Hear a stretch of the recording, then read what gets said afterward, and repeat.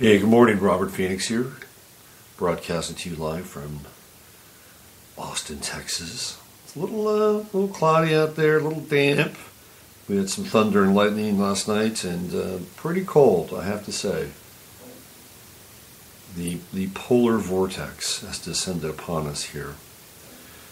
Now, apparently they have very cold weather up in the Minnesota region. Minnesota, Michigan, the Dakotas, and we're getting some of it down this way. Oh boy, I guess the groundhog, right? The groundhog was right. 6 more weeks of winter. Anybody ever have a groundhog for a pet? I've heard they make wonderful pets. They don't insert themselves too much into your affairs. One of my favorite movies is Groundhog Day. I love Groundhog Day. Especially the scene where Bill Murray and the groundhog are flying off the cliff in the truck. I always laugh at that when I see it. I never get tired of it. Never get tired of it. But what are we getting tired of in our world? How about the dog and pony show? The dog and pony show, The Matrix. It's a little tiresome. So yesterday I was on Facebook and I saw that Randy and Emily had put up a new episode of Off Planet Radio. It's after my show. And I watched it and was like, wow, this is a winner. They hit this one out of the park, especially their connection with Cameron Kasky, who's one of the outspoken youth that have emerged in the aftermath of what happened in Parkland, Florida, and making connections with Cameron Kasky's father, Jeff. And it was like, wow, man, we're into maybe some walnut sauce territory. How can you ever eat walnuts again? Anyway, they found a track by Jeff Kasky called "Wanna See My Pencil," and there's a lot more to it. Really great episode, and by yesterday afternoon, YouTube had removed it. For terms of harassment and bullying, this is the new censorship now. Here's what's happened. Man, these bastards are so smart. They're so clever. So they bring in David Hogg and Emma Gonzalez and Cameron Kasky. And by the way, I believe David Hogg is 18 years old. At the very least, he's 18. So he's an adult. He's an adult. I think Emma I keep wanting to call her Emma Goldman, and there's a reason why. I think she's a bit younger. She might be 17. She's the young gal with the shaved head who's admittedly bisexual, according to the New York Times. Nothing wrong with that. You can have your sexual preference in this world. But she's definitely a cipher, for sure. She's a total meme. She's a meme babe. Because she is bisexual. And she's creative. And she is a Latina. So what does that kind of evoke? What are we going through right now? We're going through this battle royale, this wrist wrestling match around immigration and DREAMers and DACA. And she, for all intents and purposes, could look like a DACA kid. Doesn't DACA sound like Dachau? Doesn't it? It's weird. It's a very weird thing. Anyway, but she falls into that camp. So just check those boxes with Emma Gonzalez. And she shares a surname with Emma Goldman, who was a nasty, radical bitch. And should have been carted off to prison and not allowed to extol her virtues of virulence in this country. So anyway, that's Emma Gonzalez and Cameron Kasky. Maybe not as outspoken as David Hogg, but still part of this trio that is leading the Children's Crusade, which I talked about yesterday. And I'm actually finishing up a piece on the Children's Crusade. And the Children's Crusade is really fascinating. It took place in the year of 1212. Those were the good old days. the 1212s. That's back in the day where you could basically start up a crusade as a 12-year-old. You get about 30,000 other 12-year-olds to march towards complete and utter disaster. Yeah, those were the days. There's some interesting astrological parallels between the Children's Crusade and what's happening now. Of course, I had to look at them. I think, too, the most interesting parallel, in fact, maybe the only two, but they're interesting nonetheless, is that during the summer of 1212, the end of June, which is when young Stephen of Cloyes set off to defeat the Saracens, not with sword or mace or bow and arrow. No, they would be completely unsheathed. It would be their innocence and their belief in the Lord Almighty that would turn the Saracens into believers. How could they not, with such virtuous exemplars of innocence and pure love? That was the plan. Didn't quite work out that way. On the other hand, you had Nicholas, who was from Germany. These were happening at the same time, by the way. Same time. Nicholas of Germany was both Nicholas and Stephen of Cloyes were very charismatic. I'll get back to Stephen of Cloyes. This is an interesting story. But Nicholas of Germany, he was very clear that when they were going to hit the ocean, when they were going to reach the Mediterranean, that the sea would part for him and his band of young Germanic crusaders, just like it did for Moses.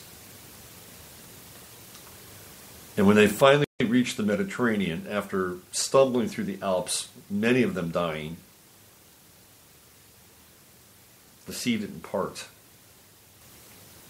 Gee, wonder why. That's when Nicholas ran into trouble. And eventually, back in his hometown in Germany, his father was hanged because of all the trouble that Nicholas caused and stirred up with his outrageous crusade. The parents of the kids that followed Nicholas into their doom were not very happy, and Nicholas's father paid the price. Now, as far as Stephen of Cloyes goes, this is interesting. Now, he was a shepherd boy, and he was uneducated. He was illiterate, didn't speak. He didn't speak Latin, let's put it that way. He spoke French. He didn't speak Latin, the church's language. He couldn't read. He couldn't write. And one day his parents took him into the neighboring village where they had a wake, a mourning for the Crusaders who had lost their lives in the Crusades. It was very dark and very mournful, bordering on Gothic, and it really captured this young guy's imagination. And that's all he could think about was the Crusades and the lives that were lost and why they did it, and the utter love and devotion that was behind it and fueled their journey into their own demise. And as he thought about it, he couldn't sleep, he couldn't eat, and his mother says, well, why don't you go out into the fields? Get out of the house, get some fresh air. You're too serious. So he left and he went out to the fields where the sheep were. And all of a sudden, this hooded figure shows up.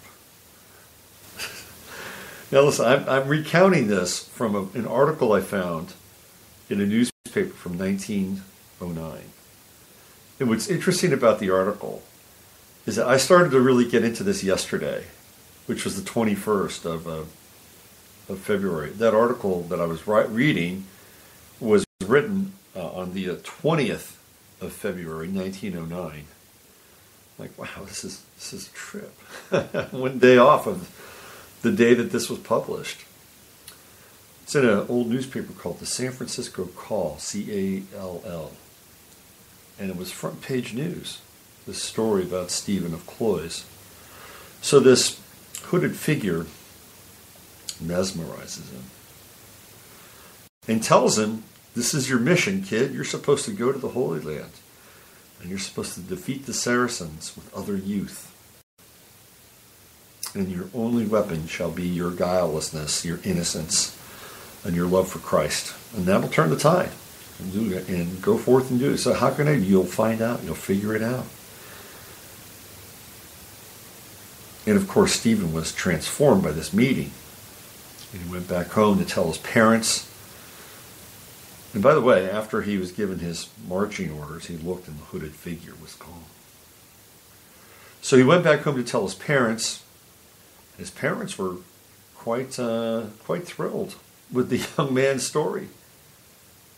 Because apparently he was able to now speak in an articulate fashion, in a way that he had never spoken before.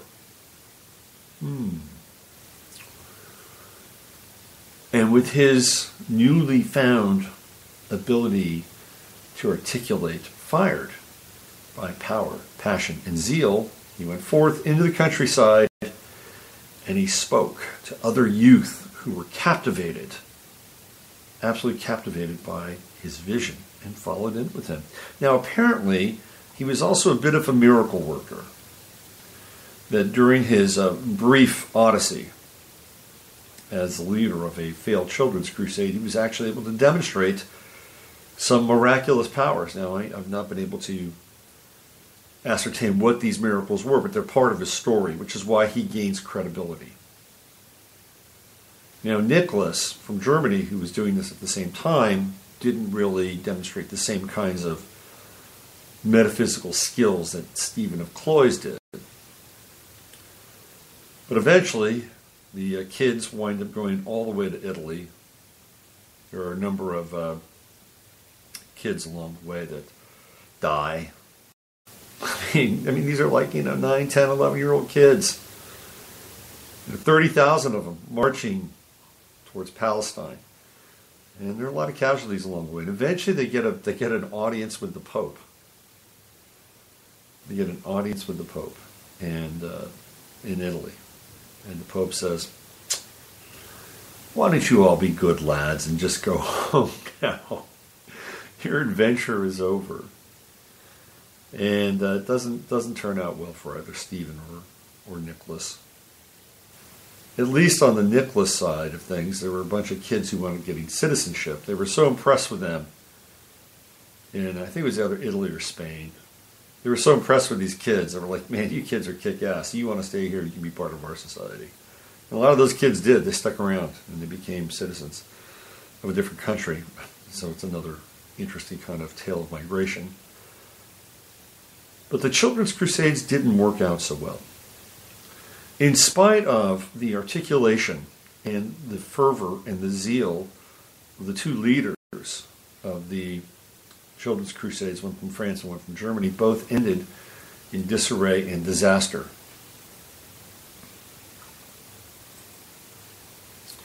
Now, I'm sharing this story with you because of the significance with Pluto and Sagittarius, which is the generation that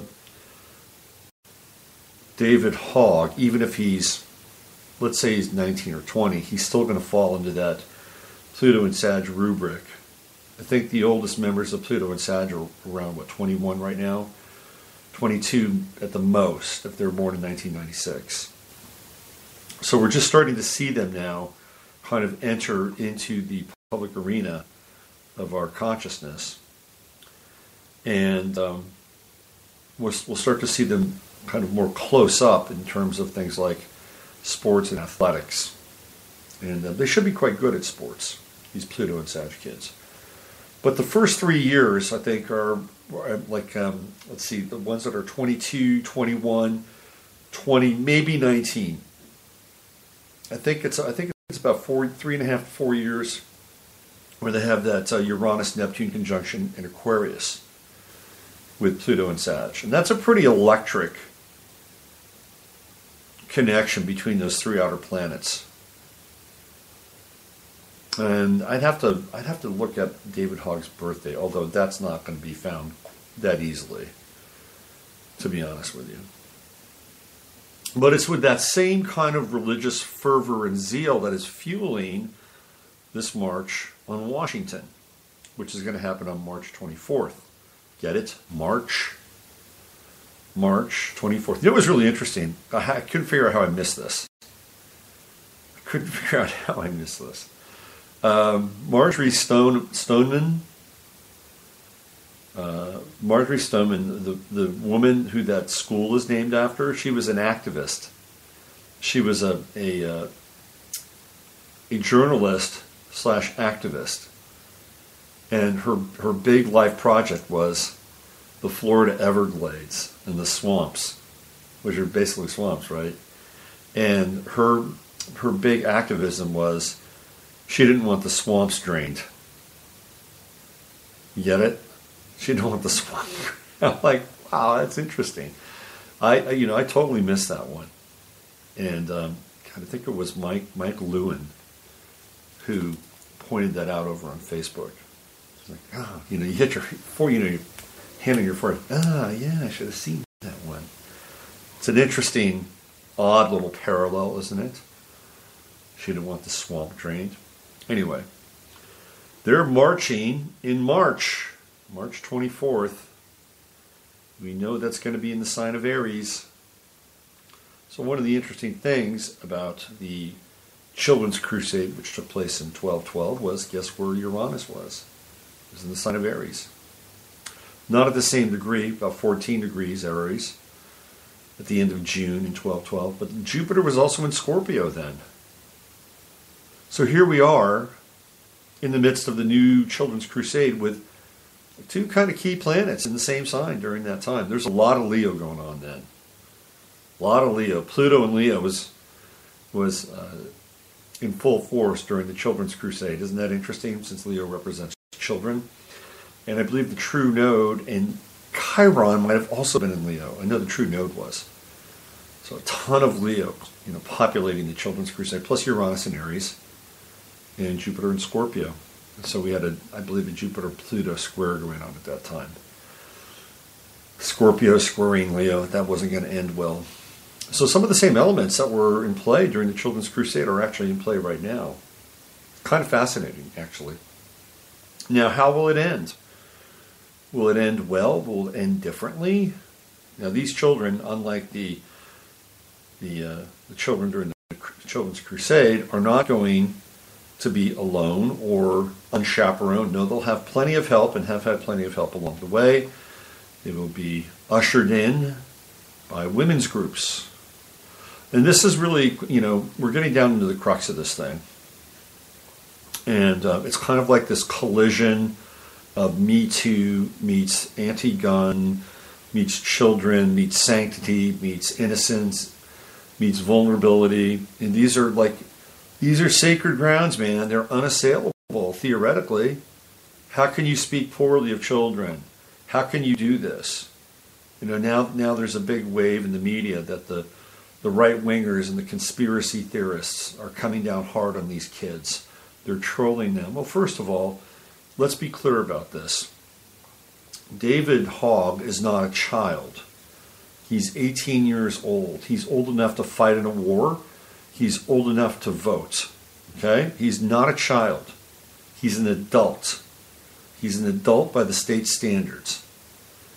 So when it comes to theoretically bullying a child, we have to take him out of the equation. He's not a child. So if he's 18 years old and he's putting himself as the face of a movement and he's taking on a political stance and position, well, he's playing in the world of grown-ups and big boys and big girls. And big boys and big girls don't always have to agree with what some fresh-faced, fired up and probably prepackaged and pre-programmed post-adolescent has to offer. And he better get that real straight and real fast, because there are a lot of people who are unapologetic about this. And the media, who is obviously aiding and abetting David and Emma and Cameron and their parents and this movement, well, they're gonna have to figure that out too. And here's the deal. Here's the deal. We're not saying that nobody died, and that's never been my my stance here. Never. Not even for a moment. But what they're doing is absolutely shameless. It's shameless. They're piggybacking on death and tragedy, and they're not wasting one moment in time. Not one moment in time in order to do this. It's totally shameless. And the real crime, to be honest with you, isn't about the guns. It's not about the guns. It's not even about Nick Cruz. Okay, it's the people that did the shooting. Now, apparently, I've been trying to get as much information on this as possible, and it's going away fast. This is actually a really interesting kind of moment in time, because as soon as something comes up, it's gone. You know, it's like the Disappearance Bureau is in full effect. But, you know, I've been doing a lot of research on this, as are a lot of other people. You know, I'm not alone. But apparently there was no drill that morning. This is what comes clear. And what happened was that they had a red alert, and this is where I just think all this stuff is completely wrong. That the police or whoever was there were supposed to be firing blanks. I mean, what good does that do? What good does that do that your kids are in an event? Now, David, of course, was not even anywhere near trying to get out or caught in the crossfire of anything. He was too busy hiding in a closet with his cell phone, interviewing kids about gun control while this is going on. I swear to God, if I was 18 years old, I'd fuck that kid. That's where he is. That video is up on YouTube. How do you feel about gun control? Yeah, don't worry about that. We're not out there. Trust me, I know how this ends. But what happened apparently was that those rounds that were supposed to be blanks, they weren't. They weren't blanks. They were real. This is where the real investigation needs to go. And of course it won't, because what are we doing? We're talking kind of incessantly about these kids. And I have to talk about the kids, don't get me wrong. It's part of the deal. But there's another layer, there's another 2 or 3 layers beneath the kids, pretty significant. And the kids are running cover for this other layer, which is really where the whole thing needs to go to. If we're going to unmask this, and that's where we need to go. That is absolutely where we need to go. Some interesting side notes. Apparently, David Hawk's father works at a company called Qubit Systems, out of Pompano in Orlando. You should go to their website. It's true. I found him. He's did a people search and telesearch. He's there. He's been there for 11 years. Check out Qubit. Blow your mind what they're into. They are a deep contractor for the military-industrial complex. They can do all kinds of really neat and interesting things, from simulation of war games, weapons theater, to actually being able to move people around through cities vis-a-vis traffic, navigation and computerized systems. This is a full service business. He's been there for 11 years. They are contractors for the military-industrial complex and the deep state. This is his father. So he's been at the elbow of his father, who's been working there for 11 years. And apparently it was the move to the Orlando/Pompano office that led the Hogs away from Mission Viejo, San Diego, and Coronado, which is where I believe his father was working before they moved to Pompano/Parkland. It's an interesting factoid. It's out there. You can find it. Now, does that mean that David is, a junior spook? Not necessarily, but you're talking about a retired FBI agent who then moves into the defense contractor business, running computer simulations and programs, and just go check out their website. And all of a sudden you look at the kid in a bit of a different light. Right? It's like, who is this kid? He's got a huge head too, doesn't he? He's like a talking head. When you look at him, his body is like, he's like totally frail. His arms are like toothpicks. But he's got this enormous head, which is perfect for television. It looks like he's been groomed. And so, you know, you've got people like David Hogg and Cameron Kasky who look for all intents and purposes like they are being groomed to be the next Jake Tapper. We might say, unless this thing falls apart, unless the wheels come off of this thing, which it really should, to be honest with you, okay? The wheels need to come off of this.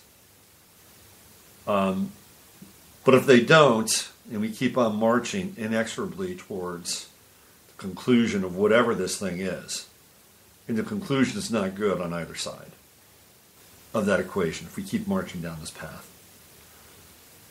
And I've talked about that before. But if that's true, and we head down that path, then young David will probably wind up being the next Jake Tapper or something like that. You know, he might be someone who is now thrust into the public eye and media only to stay there. Although he may wind up disappearing. What we don't want is we don't want to have a major conflict at their march on March 24th. What we don't need are some Aryan nation, white nationalist assholes to show up. Just that we can't have. That can't happen. That just can't happen. And of course, they're controlled opposition. They're bought and paid for. Totally bought and paid for. But there's going to have to be some real kind of policing of that. Now, everybody in America has the right to protest, to assemble and gather peacefully. Am I right? Of course they do. So it's going to be very difficult to keep them away if they indeed do show up. And of course they play a role early on in the narrative of this story where the ADL targeted Nicholas Cruz as being a member of one of these militias out of Florida. And he absolutely was not. But they never fail to follow up on something like that and take as much advantage of a crisis as possible. That's what they do. And there's never any recanting. Oh, we're sorry. We're sorry. We blew it. Alex Jones is kind of actually on the right side of this, except they need to go deeper. They need to go past Nicholas Cruz. This is very important. Isn't it interesting, too, that one of the children of the Children's Crusade is named Nicholas as well? Now, of course, Nicholas Cruz is going to be leading any crusade. The kid's worth $800,000. What kid who's worth $800,000 is going to go off and start bumping off kids? I don't think that that's really going to happen. Do you? And he knew about it, too.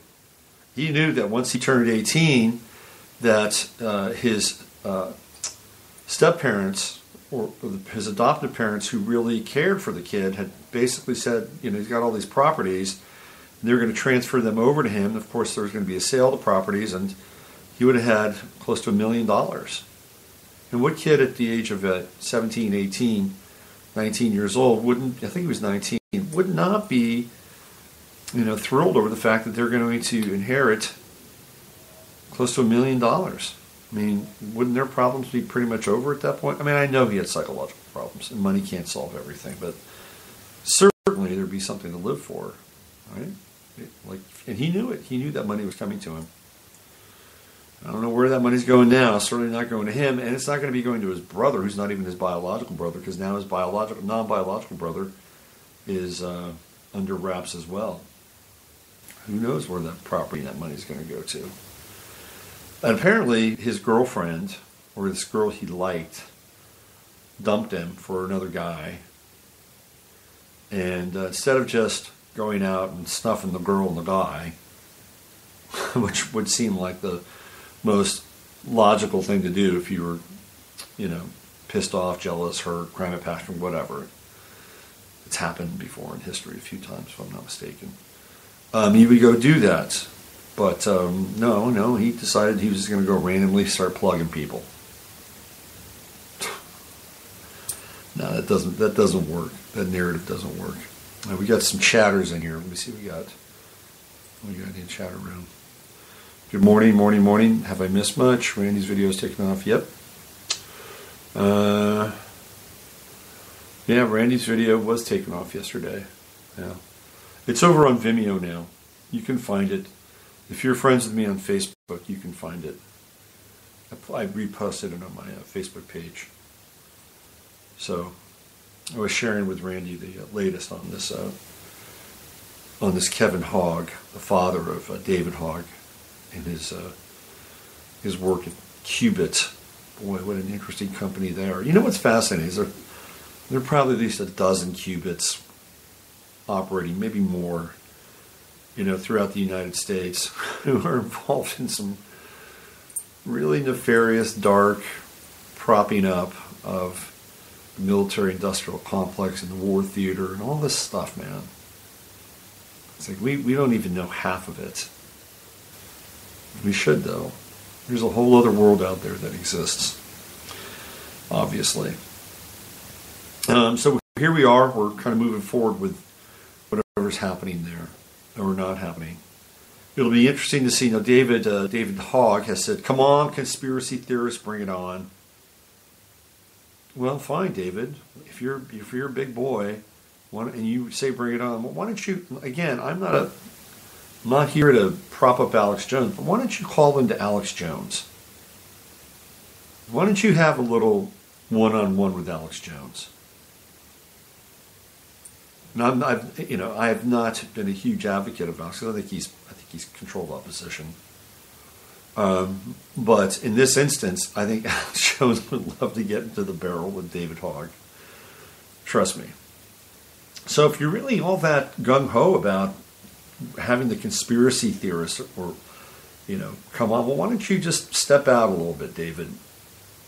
Step out away from your handlers. Step out away from the men in the hooded cloaks who are whispering in your ears, giving you instructions about your mission, literally, right, with his earpieces and everything.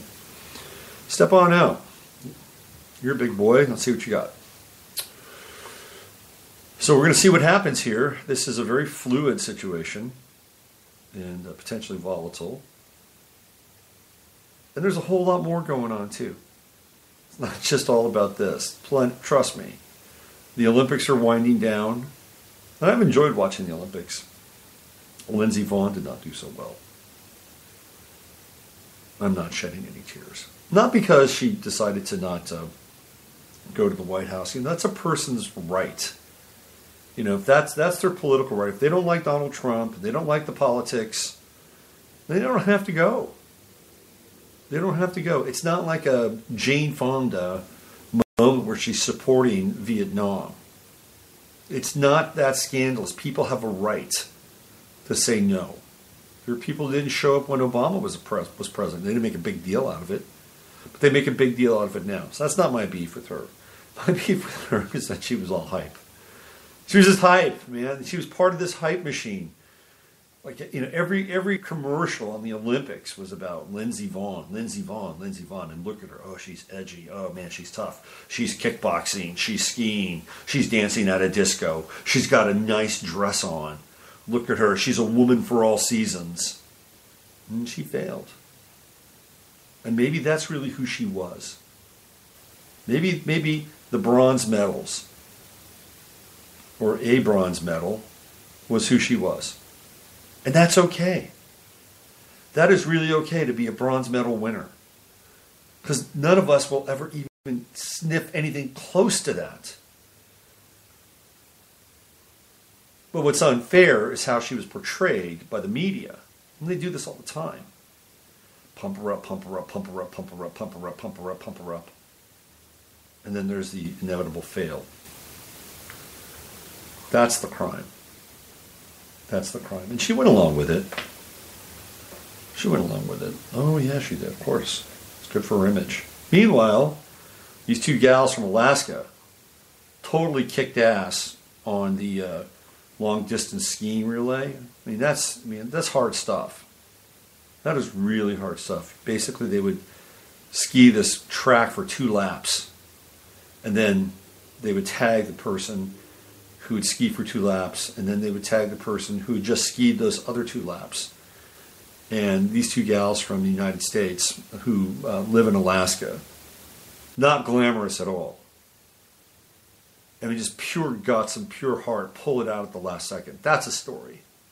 To me, that's a story. Unheralded. And they just pulled it out. Sheer will, sheer guts.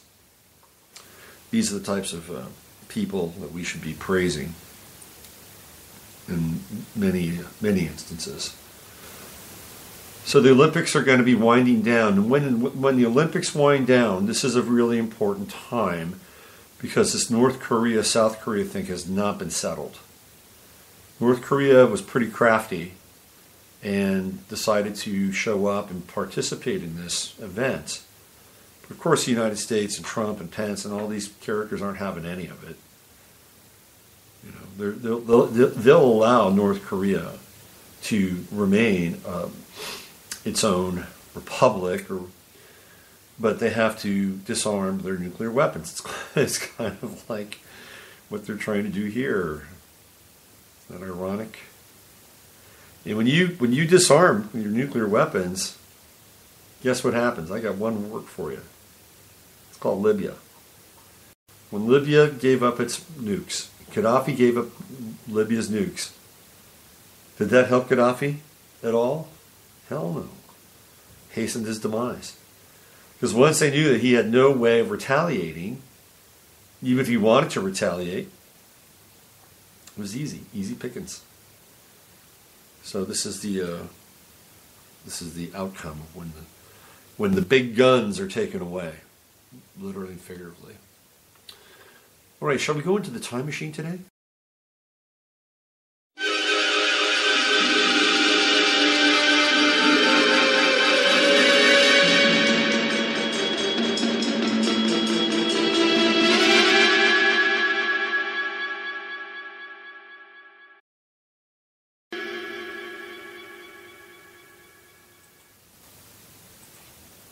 Okay, wow. Whew, was a little dizzy when I hit that switch.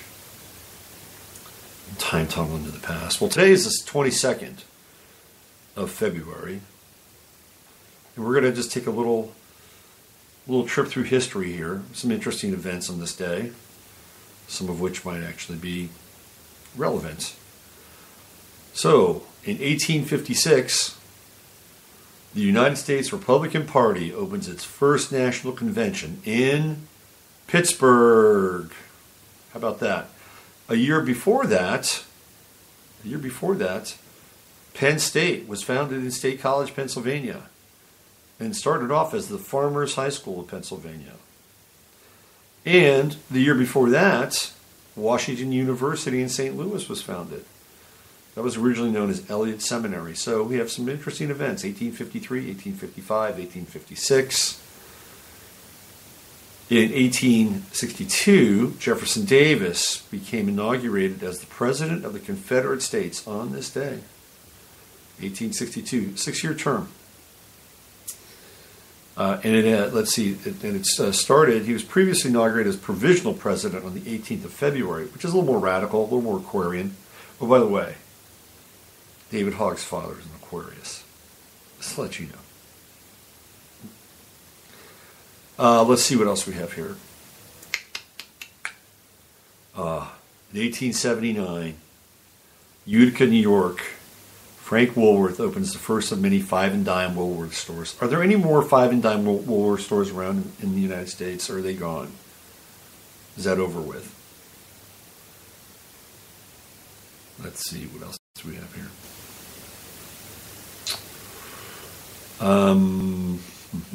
World War I, the German Imperial Navy institutes unrestricted submarine warfare, which won the war for them. For all intents and purposes, they won the war. And 1917 rolls around, and the British were going to surrender, but they were talked out of it. They were talked out of it by the Zionist National Congress, who basically said, "We can assure you victory if we get the Americans into the war," which they did. But in turn, you have to give us Palestine, and that was the Balfour Declaration. That happened in 1917. Big year, 1917. Balfour Declaration, the United States in the First World War, and of course the overthrow of Russia by the Bolsheviks. 1917. Let's see what we have here. What else? Calvin Coolidge became the first president on this day to deliver a radio address. This was back in 1924. Became the first president. Radio address from the White House. Let's see, 42, Roosevelt kicked General MacArthur out of the Philippines as the Japanese victory becomes inevitable. It's not the first time MacArthur will be kicked out of a war theater. The next one was in Korea. He wanted to go to China and just finish them off. MacArthur was an interesting character. Let's see what else we have here. Yeah, not great. This is World War II. American aircraft mistakenly bombed the Dutch towns of Nijmegen, Arnhem, and Schied in Deventer, resulting in 800 dead. That sucks, man. Mistakenly. Let's see what else we have here. So, 73, Nixon's visit to the People's Republic of China. On this day, they agreed to establish liaison offices. In 1980, it was the Miracle on Ice. Miracle on Ice. In Lake Placid. The United States defeated the Soviet Union hockey team 4-3. But that was a really interesting time. I think Eric Heiden was also part of that Olympics. And between Heiden and the American hockey team, that was kind of an all-time low for us. We're getting our asses kicked by these guys over in Iran who had stormed our embassy. Wink, wink. And Jimmy Carter proved to be wholly ineffective as a rescue mission resulted in absolute disaster. Back then, I was thinking to myself, that thing seemed sabotage to me. That's what it felt like to me. Of course, I felt like this, this disgrace. Because you're still at 20, I'm still kind of in this phase where I actually kind of believe in things and believe in presidents. And as such, the president becomes kind of like a father figure.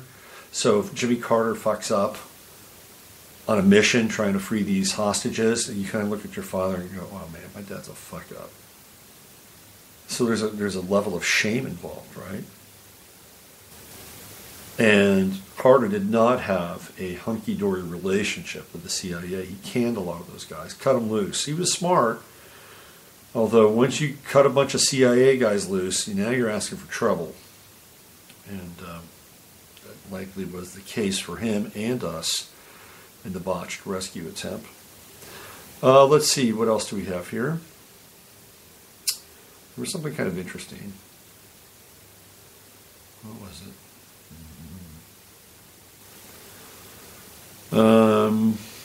Well, okay. Everything else is kind of like, But, okay, this is interesting. In Roslyn, Midlothian, British scientists announced that an adult sheep named Dolly has been successfully cloned. That was back in 1997. 1997. Now, isn't it interesting that where Dolly was cloned, that's where the Roslyn Chapel is? Where William Sinclair, who is apparently the first Knights Templar / Freemason. It's a total Freemasonic chapel, 1446. So Dolly comes from the land of the Roslyn Chapel. I think that's interesting. And let's see. Oh, here's the latest one. This happened today. A man throws a grenade at the U.S. Embassy in Podgorica, Montenegro. He dies at the scene from a second explosion with no one else hurt. This reminds me, in a lot of ways, of the assassination of Franz Ferdinand, which took place in 1914. And what's the guy's name? Gavril Princip, who fired the deadly shots that killed his wife, who was pregnant at the time, and also Franz Ferdinand. And that really starts the whole ball rolling towards World War I, which ultimately kind of cascades into the Bolshevik Revolution. This reminds me of that, even though Montenegro is not in Bosnia-Herzegovina, where Prince Ferdinand was killed, but it's not far from there. Not far from there. I'm telling you, we are on the Bolshevik Children's Crusade timeline right now. Let's see, any interesting births today? Or at least what I would call interesting. Oh, the great surrealist Luis Buñuel. Today was his birthday. Great movie maker, Luis Buñuel. As he's Pisces, that makes total sense. He was a buddy of Salvador Dali's. Let's see. I think they did Un Chien Andalou together, one of the first surrealist films. Let's see, who else do we have here? That's real. I want to go for big, interesting. Ted Kennedy. Ted Kennedy, American soldier, lawyer, politician, born in 1932. Ernie K. Doe, the American R&B singer, born on this day. And let's see who else. Ishmael Reed, the poet, born in 1938. Chet Walker, one of the first autographs I ever gotten when I was a kid was Chet Walker, playing for the Chicago Bulls back in 1968. The film producer, screenwriter, director Jonathan Demme, who died in 2017. I liked a lot of his movies. He was born on this day. Let's see who else. Harvey Mason, really good jazz drummer. I've seen him play live. Dr. J. Julius Irving, happy birthday, 1950. Oh, Genesis P. Orridge. Genesis P. Orridge. I met Genesis one time. If you don't know who Genesis is, he's the singer, songwriter, Crowley incarnate for Psychic TV, Throbbing Gristle, and I've told this story before. I used to work at this independent distributor, very unusual music back in San Francisco. A lot of really dark stuff. And the owner of the company had met Genesis somehow. Genesis P. Orridge was in exile because he was over in Tibet and Nepal, probably Nepal. And somebody had found a bunch of child porn on his computer in England. So he did not return to England, and instead he came to the United States and settled in the Bay Area in a place called Sebastopol, right around the same time that Terence McKenna was there. And we always thought it was quite interesting that Genesis P. Orridge and Terence McKenna were living in Sebastopol at the same time. I don't think they really knew each other. It was just a coincidence. But Genesis approached us with a deal to buy a bunch of his stuff. He had in a locker lots of singles, cassettes, things that were related to Psychic TV, rarities. And he came by one day. And the guy who owned this business, I'm not going to mention his name, but he was an imposing figure. Totally imposing figure. He was my height. So I'm 6'3". He's my height. He was bald, and he worked out all the time, so he wore leather. Bald, pierced, leather. You get the picture, right? Worked out. And he would make people very uncomfortable. He had that vibe. It didn't make me that uncomfortable. But he had that vibe. And I saw it, It would just turn on. Anyway, Genesis P. Orridge walks in, and he becomes this pussycat.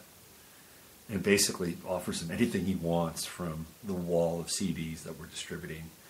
And he was like a schoolgirl on her first date. You know, it's really bizarre to see this transposition take place. And there was like tea and bickies and all this stuff, and Genesis comes slithering into the offices. I feel like I wanted to take a shower afterwards. Anyway, Genesis went on to some fame and infamy when he was trapped in a fire at the mansion of Harry Houdini. He was staying in the guest house, and he was there with the guys from Love and Rockets and Rick Rubin. And Love and Rockets were working on an album at that time, and I don't know what the hell they were doing, but Genesis was in the guest house. He was staying there. And apparently some kind of a fire took place. And he had to climb out of the top of the guest house and was on I guess the drain pipe coming off the roof, and he fell and he broke a bunch of bones. So he took Rick Rubin and he took each and every one of the guys from Love and Rockets to court. And I know this for a fact because I actually talked to Love and Rockets about it.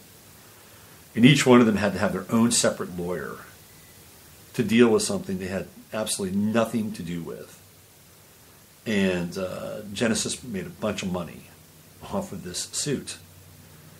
And that's a fact. I'm not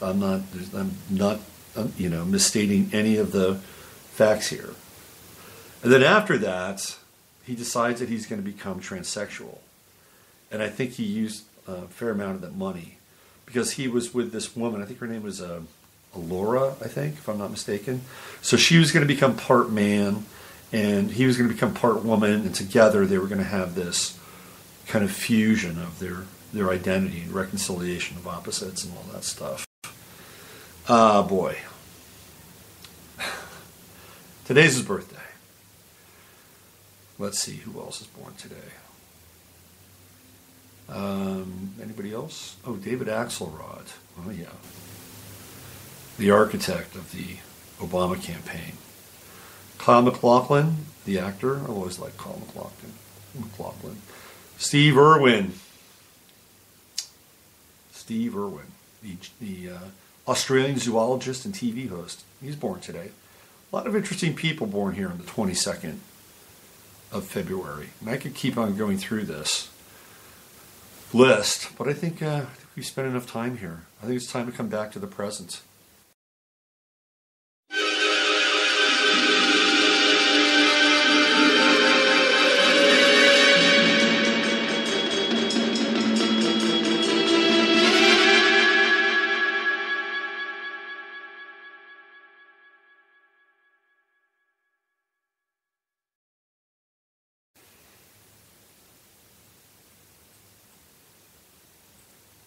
Okay, here we are.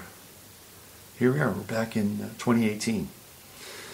All right, well, I think we've reached the end of today's little journey into the mystery of the Children's Crusade and Parkland and the events that are developing around it. By the way, there's stuff that's just getting disappeared off the internet really quickly. This has become kind of the perfect moment in time for YouTube and Twitter to just completely disappear content and people because of the quote-unquote bullying factor that's involved with all this and the harassment. So I don't know if this is going to be the new norm or not, but it certainly has reared its ugly head here and now. So keep your eye on that. Keep your eye on it. All right. You know the drill. Use your head to discern what's real, your heart to say what's possible. I'm Robert Phoenix. And no matter what, do not give up. Do not give up the ghost, as they say. Because what's happening now, and this is just my estimation, what's happening now is the more that they generate this energy towards some kind of goal or completion, whether it's just chaos magic, whether it's the harvesting of loosh, whether it's taking guns away, whatever it is, right? And they're expending a lot of energy in this right now. You know what happens? That same amount of energy is being released in the opposite direction. Okay, so we're actually the recipients of what's taking place in a positive way. So just remember that. This is not a one-way operation, a one-way affair. There is dynamic interchange going on here, and you are the recipient of that dynamic interchange. And you just take note of yourself and feel it. It's there. It's happening. And that's one of the great mysteries that of our time. Trust me on this one. Okay, let's get on out of here. I'll see everybody tomorrow for the Friday Farcast. Maybe what I'll do is I'll see if I can get... I'd love to do this live. We're going to have Steve tomorrow. And maybe I can get Randy on the show too. Talk with Randy for a little bit. I have to do some pre-production on it. We'll see what happens. But Steve will be here tomorrow. Chris will be here tomorrow. We'll have our little end of the month. Is it already the end of the month? Damn. It is, huh? Can't believe it. Because next week is the first is on Thursday of next week. Holy smokes. All right. So I'll see you guys tomorrow for the Friday Farcast. Thanks for tuning in, as always.